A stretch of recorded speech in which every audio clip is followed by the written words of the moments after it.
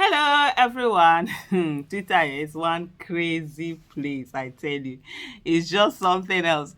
So, remember I did a video and where what's his name again? Daniel Bwala was calling out both Mr. Peter Obi and also David Hundeyin. He even did another tweet where he sort of like said something about, sort of a derogatory tweet to Peter Obi as, oh, he heard that Peter Obi is a Man U supporter. He has turned himself into, this what do they call it now? I call them e-talks. They're always on social media attacking everybody on behalf of politicians. These troll farms, troll farms produce a lot of them, so they have them on payroll. They just go after just attacking people so most time you see people attacking, they're sort of like faceless account. They're not really people who are going after you because of you, but because they are paid to do it on behalf of certain politicians and whatever. And it's really it's really so unbelievable seeing how Daniel Bwala have actually turned himself to be such a person. Even is it Femi Fani-Kayode, that one, he doesn't even go as low as what Daniel Bwala has, absolutely turned himself into. So remember, I'm gonna put the video in the description link. Oh my goodness, please! I hope I don't forget. Please, if I forget to put it, to remind me, because I'm always saying I'll put it. Sometimes I keep forgetting. There was a video, so I explained all of those things where Daniel Bwala had come out to write a tweet, a post to the president of Ghana, thanking him for granting refugee status to David Hundeyin, and at the same time, he said an activist who claims that his life is at stake in Nigeria. It was the same Daniel Bwala when he did the other article that brought all of this. Is if you watch the other video I did on this matter, you'll be able to grasp it more. And where he said that, oh, he was someone that put his life at risk for Peter Obi. So if it's like you are now saying that he claims that they are after his life, the same you had come out to say that he put his life at risk. And that was why even when David Hundeyin was replying him, and he did mention the fact that, look, okay, thanks for acknowledging that you people were after my own life. That's the David Hundeyin is saying it.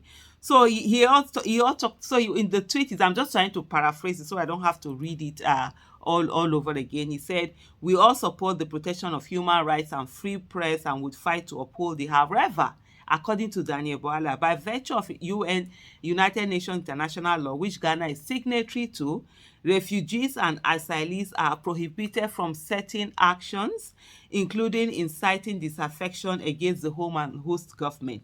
That being the case, I find it strange that Mr. Hundeyin will attempt to set the United States, Ghana, and Nigeria against each other by alleging without proof that not my president, that Asiwaju Bola Tinubu is an agent of the American government via the CIA, and the State Department are his handlers.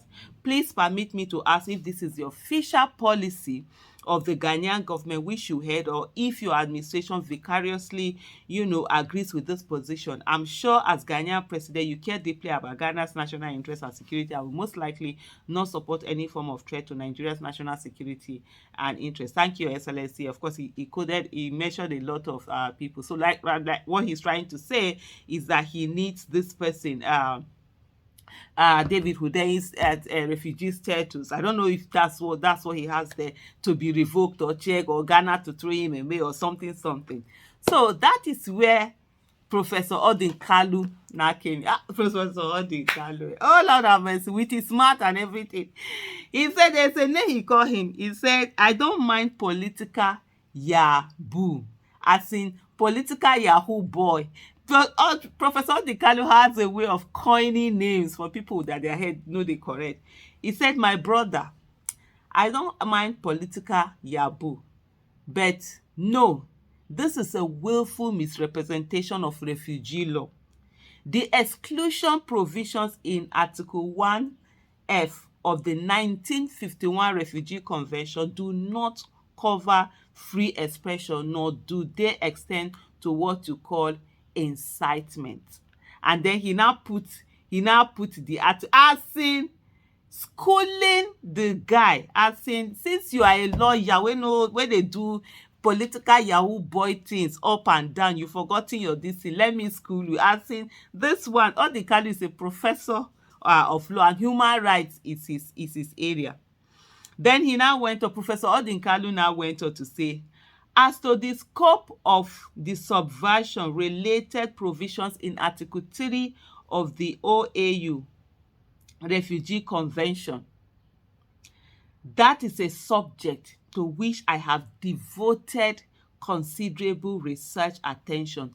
Please feel free to access and read this piece in refugee survey. So there's a piece that he had. Oh Lord have mercy. This is why brain dey good. E go good make person know book. People will not be doing anyhow. We don't know. Me, I was just sitting. We just read it. We don't know what it says, what it didn't say, and all and all of that. And so there's this thing is here. Okay, so okay, you even have to purchase it to be able to read it. But on the face of the Organization of Africa, and let me just read the abstract from me. It says, on the face of the Organization of African Unity, OAU, Convention governing the specific aspects of refugee problems in Africa, the refugee problem in Africa is explicitly a multidimensional humanitarian, political, and security challenge, linking the problem of refugees in Africa to the challenge of coexistence among then newly independent Africans. Anyway, it goes on. I was just trying. The author. This is the article. It says it's a journal. Hey, Professor Chidi Odinkalu. Oh Lord, have mercy. It says the journal article says Article 3 of the OAU Refugee Convention in context, the emergence of subversion in the African interstate system. And guess who the author is? Chidi Odinkalu. Hey! Oh Lord have mercy. Let me screenshot this. I'll put it there. I'll put it when I'm editing this. I'll put it for you guys. And it was written on the 17th of April 2023. You know, Daniel Bwala thinks that he's talking to he wants to say, oh, in short, Chidi Odinkalu just made my day. Let me go and hail my bros. Say, bros, I dey hail you. Oh my goodness, it just cooled him to sort of say, stop this silliness. And if you want to quote law, quote it very well. I cannot believe that a human being can descend as low as how Daniel Bwala has descended. I'm just looking at him like this. Like, sometimes I see some of the things he writes. I want to reply him. I just feel like, because me, one of the things I do, you see me, one of the things I am, I know they look for trouble. That's even as a child, I was always like that. I don't look for trouble. I will not go. But if trouble comes looking at me, I they grab her like my long lost friend. So when people are running mad, doing all sorts of nonsense, I usually don't answer them. It's very rare occasion before you see me directly, talking to someone. Except if you come at me, I they go after you. If you go low, I go lower. I will deal with you. Then I will come up and shower so that it's a choice not to stay down there. I don't do that if they go late, you go. Except if I know just get your time. But if you are a government official or that one steady because you are a public servant, you are the one that decided to serve. Nobody asked you, were the one that did. So this guy, see some of the things he did. He has not crossed and enter my path. I dey wait for the day where he go make that mistake. That day. Anyway, most of them, they just know to stay away from my path because say me my mouth no good. And they go after them. But anyway, Professor Chidi Odinkalu, God go bless you.